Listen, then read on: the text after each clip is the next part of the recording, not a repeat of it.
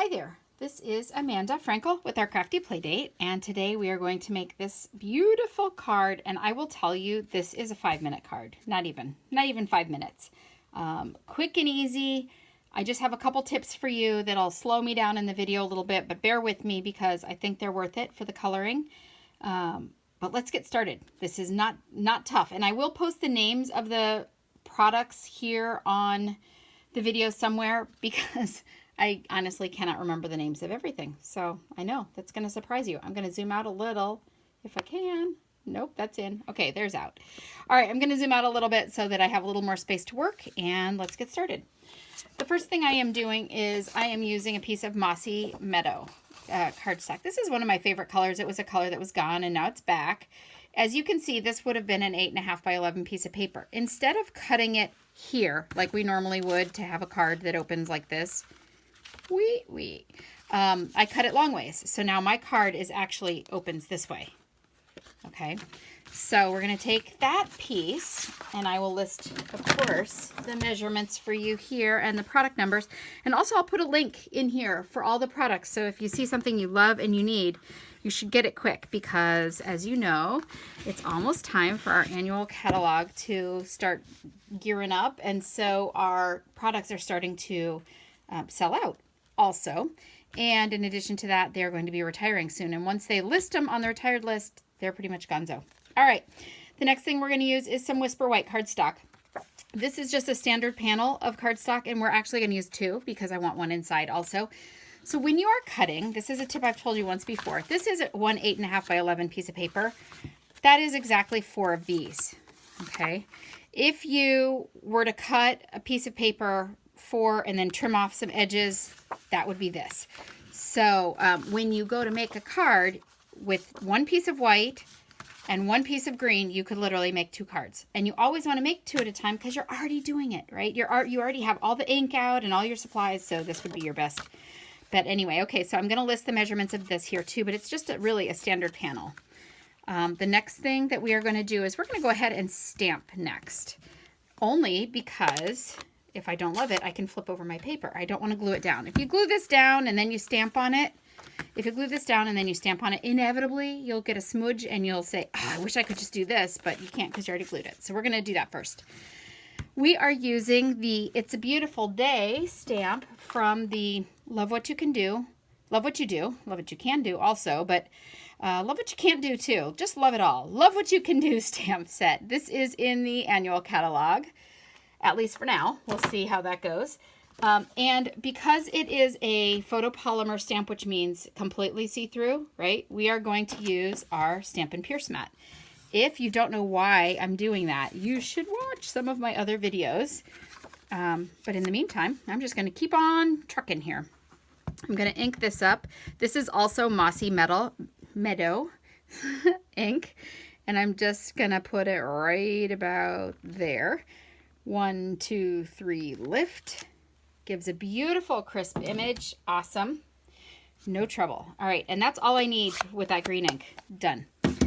The next thing that I'm going to do is adhere the vellum. Okay, so this paper, seriously, to die for. It is vellum, as you can see right through it. It is in the Occasions catalog, which is this catalog here, which is your smaller one, and it is right here. And I am not sure at this point if it is even still available, but if it is, snap it up. It's the Floral Romance Specialty Designer Series paper, and you cannot tell how very awesome this paper is by looking in this catalog. All right, so I'm going to try and give you a better image of it here by showing ya. This is the paper.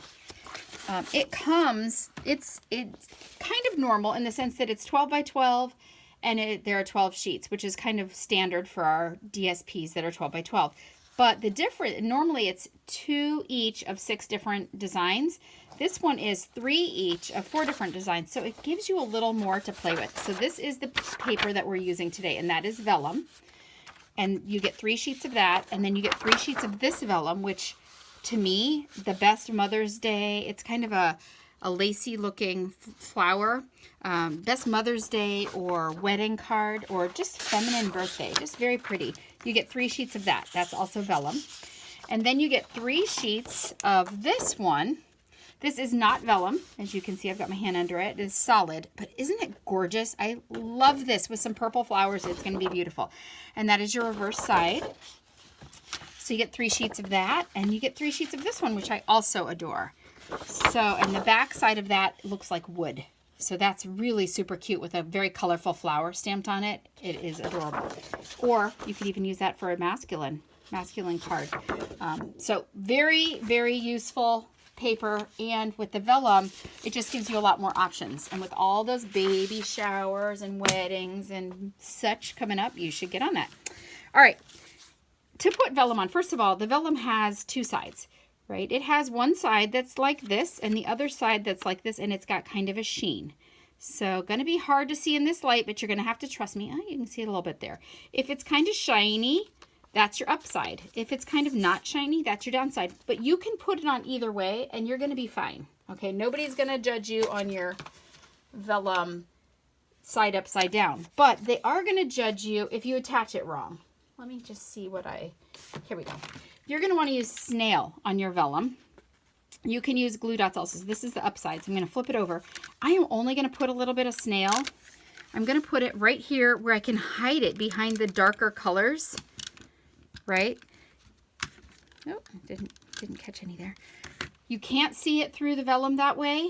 I'm hiding my adhesive, and nobody's going to know. And let me just tell you, you think you need a lot of snail, and you're not going to, because you know what? This card is not going through a wind tunnel. All right? So does not need to be adhered down against all odds here. All right, there we go. That's done. We can go ahead and stick this on the card base. I am going to use my ever-present Tombow Mono Liquid multi-purpose adhesive because it is my favorite. As you can probably tell by the fact that it's probably empty. We'll use this one. Same thing, same glue, not clogged. Actually, that other one's not clogged. It's just full on empty. I just use it up. You don't need a lot. Look at that. It's a super fine bead, and it doesn't even go all the way around. Okay, I'm going to center that with my eyeballs because everybody's got some eyeballs. All right, there we go.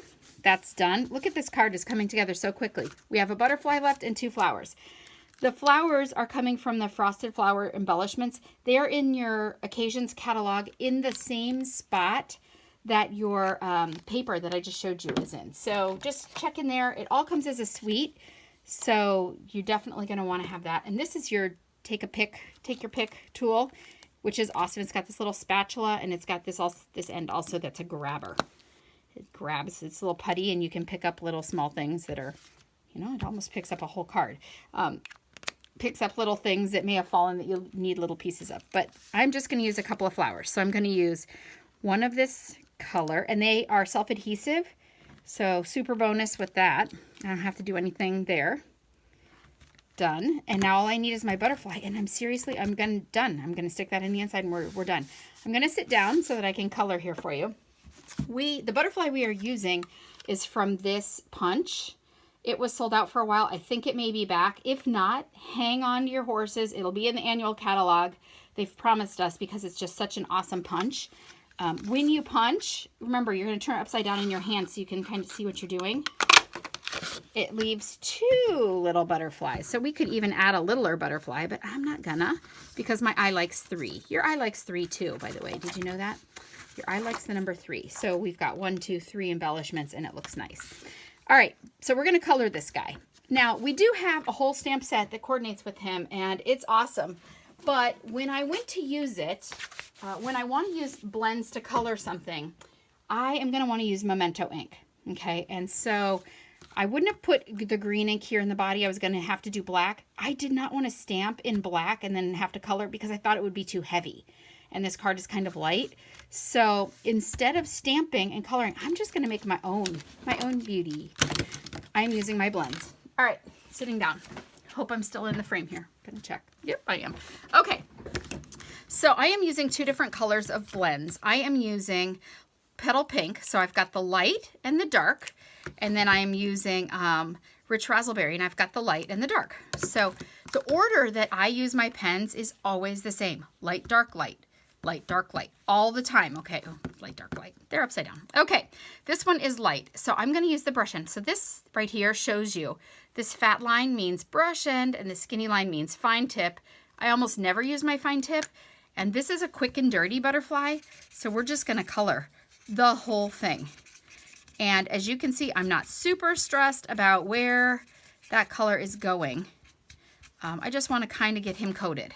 Okay, he's coated with the light petal pink. I'm going to come in with my dark petal pink, and I just want to give some shadow, like he might be flying. So I'm going to do right here away from his body, and I'm not doing a lot. And you can see that was also kind of quick and dirty. Not a big deal. All right, and now I'm going back with my light pink. That was super easy, right? You're going to drag the color away from your center, away. And you see how it's just kind of blurring that line? If you feel like you have a really established line, just color away from it. Okay, away. Pulling the color with you. So it's just going to give it a little shadow. Okay. My kids are obsessed with Bob Ross, so I could put a tree right here. No, just kidding. Okay, so now I've got my purples. I've got a light and a dark. They're hard to tell in the video here, I know, but trust me, because it says light and dark, I can actually tell that. So I'm going to use the light first, and I'm going to go around the edge. And again, you can see that I'm being super cautious and very careful about where I'm putting this color, right? I'm just super compulsively worried about it. No, not at all. All right, that's the light. We're going to need him again. Here's the dark. I am literally just going to kind of draw around the edge of it and get just a little bit of dark, just a little bit. Now, when you color with these markers, I'm telling you now, you're going to want to have this pad because it is going to bleed through. See that? It is actually going to bleed through. It is supposed to. See how this is the back side? That's kind of saturated. It is supposed to. That's how alcohol markers work. So you want to have something underneath it to protect your surface. These mats are the best. Because they are marked off with measurements here, 1/4 inch by the 1/4 inch, you can use them to make sure that everything is straight and even, whatever you need to do. They are pretty fabulous. So get in on that. Okay, I did the dark now. I'm going back to my light. Remember, light, dark, light. So I'm back on my light. And I'm just going to, again, pull the color away from the edge just to soften the line. Now, I still want it to be darker on the edge. And it is going to dry a little lighter, guys. That's good with me. I'm good with that. I'm just going to pull a little bit of color away from the edge just to soften the line. See how soft that is here and see the exact line here? We'll just draw it away, drawing it away. Oh, I don't want to do that. Now I'm going to make you a little bigger. Have you ever tried to cut your own bangs? Okay, so here's what I'm saying.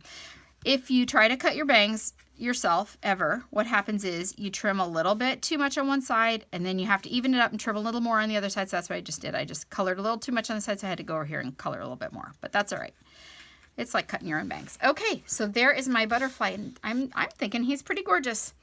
I normally would let him dry for a few minutes because that is a lot of ink. You can tell by looking at the back. That is a lot of ink on there. But because I am filming, I'm not going to do that for you. I'm using Memento black ink. This is the go-to ink that you want to use when you're using Stampin' Blends, okay? Any alcohol marker, this ink, Stampin' Up! White paper, done deal. And you're going to be happy you did that. If you use a less expensive paper, it is like using inexpensive sheets. You know how the weave on inexpensive sheets, they may be, 120 would be the thread count, and they're real loose. That's the same thing as kind of inexpensive white paper. And then the ink seeps in and it kind of bleeds out. If you have really good sheets and they have a tight weave, that's like Stampin' Up! Paper. When you color on it, it stays, it blends a little bit, but it doesn't go all over the place. I'm sure you wanted that sound effect. Okay, this is the body. This is in the stamp set that coordinates with that punch, and you can get them as a, if you can get them right now, that is, you can get it as a bundle. There you go. And you want to get it as a bundle because then you save a little bit of cash. If you can't get it as a bundle, get what you can get because I never know when it's coming back. All right, that's it for my butterfly. I'm going to do this and make his wings friendly, making him a little friendly. And I'm going to stick him on here. And all I'm going to do, seriously, is use just one of these baby dimensionals. One of these little baby shark, do. Okay, under his body, pick off these papers, because it's always something I can find later. In my shoe, when I take off my shirt, falls out in the shower. It's crazy. All right, there we go. And now I'm going to just stick him on, and he's going to be flying into the foliage. There you go. And that is done. I'm going to glue this inside, and we are all set. So easy peasy. I talked a lot about coloring and stuff, but if you're making these, you're going to sit in front of the TV and you're going to color 15 butterflies at the same time. And then you can assemble some cards and it would be quick and easy. I'm going to give you the measurements to this also. I hope I did earlier, but if not, then I will link it. And if you have any questions, by all means, you can send me a message here, or you can just send me an email also. If you're not part of my Facebook group, you should check out my Facebook group of the same name. We do post our projects there, and I'm excited to have you join us. If you do not have a Stampin' Up! Demonstrator of your very own, I would love to be yours. Just go ahead and you can order right here, or you can send me a message and I can follow up with you and we'll go from there. That's my inside. I'm going to stick this in because I'm thinking I'm going to send it today. How about if I just mail it? Wouldn't that be fun? You know, if somebody wants to send me their, if you want to post your email address or you want to send me a private message with your email address, I will mail this card to you. One of these two. All right. Thank you so much for stopping by, and I hope to see you soon. Be sure you subscribe. Bye-bye.